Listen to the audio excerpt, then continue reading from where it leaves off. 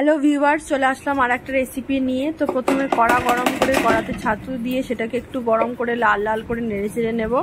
আর এদিকে রেখে দিয়েছি কুচো লঙ্কা, একটু নুন, একটু চিনি। এবারে কড়াতে দেখছো ছাতুটা না নেড়ে চেড়ে কেমন লাল লাল হয়ে গেছে। এবারে আমি এর মধ্যে দিয়ে দিলাম কিছুটা টমেটো সস, দিয়ে আমি ভালো করে নেড়ে চেড়ে মিশিয়ে নিচ্ছি। নিয়ে এবারে এটাকে আমি ঠান্ডা হতে দেবো, এটাকে আমি ঢেলে রাখবো। আর এদিকে আমি ছাতুর পরোটা বানানোর জন্য নিয়ে নিচ্ছি 1.5 বাটি মতন আটা আর 1 বাটি মতন তোমার ময়দা। নিয়ে তার মধ্যে আমি দিয়ে দেবো সাদা তেল, পরিমাণ মতো চিনি, স্বাদ মতো লবণ দিয়ে ভালো করে এটাকে আমি ময়ান দিয়ে নেব। তো দেখতে পাচ্ছ তেল দিয়ে দিলাম, দিয়ে এবারে নুন দিয়ে দিচ্ছি, চিনি দিয়ে দিচ্ছি, আর তারপরে আমি নুন দিয়ে দিচ্ছি। দিয়ে ভালো করে এটাকে ময়ান দিয়ে নেব। ময়ান দিয়ে দেখবো যতক্ষণ না আটাটা এরকম গাঢ় মতন হচ্ছে।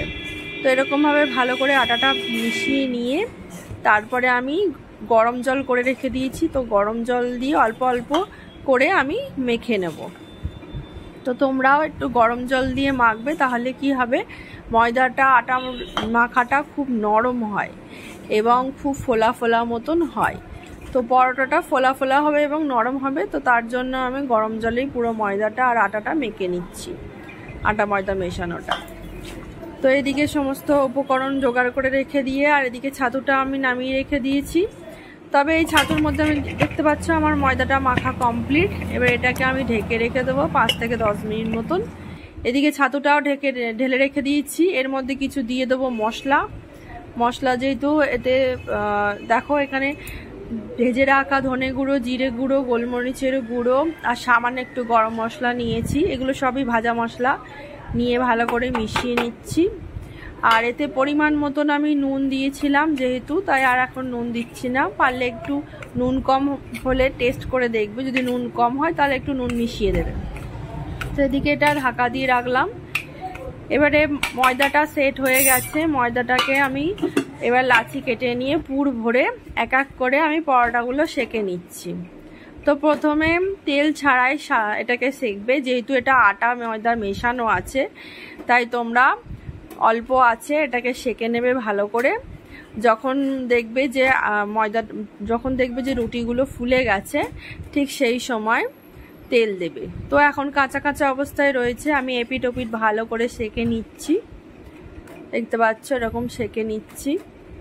তোমরা যখন ওই পুরটা দেবে তখন পুর দেওয়ার আগে সামান্য একটু আটা গুঁড়ো দেবে এবং পুর দেওয়ার পরেও সামান্য একটু আটা গুঁড়ো দিয়ে তারপরে তোমরা ডোটাকে বানাবে, তাহলে কি হবে না ফেটে যাবে না। এবারে একটু তেল দিয়ে দিলাম, এপিট ওপিট সেঁকে তেল দিয়ে আমি ভালো করে এটাকে ভেজে নিচ্ছি। তো আশা করি ভিডিওটা তোমাদের সকলেরই খুব ভালো লেগেছে।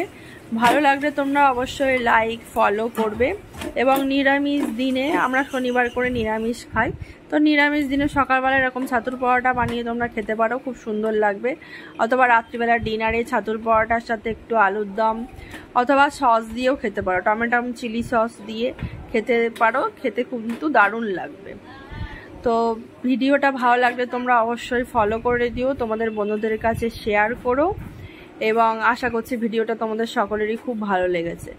ধন্যবাদ সকলকে ভিডিওটা শেষ পর্যন্ত দেখার জন্য। ভালো থাকবে, সুস্থ থাকবে।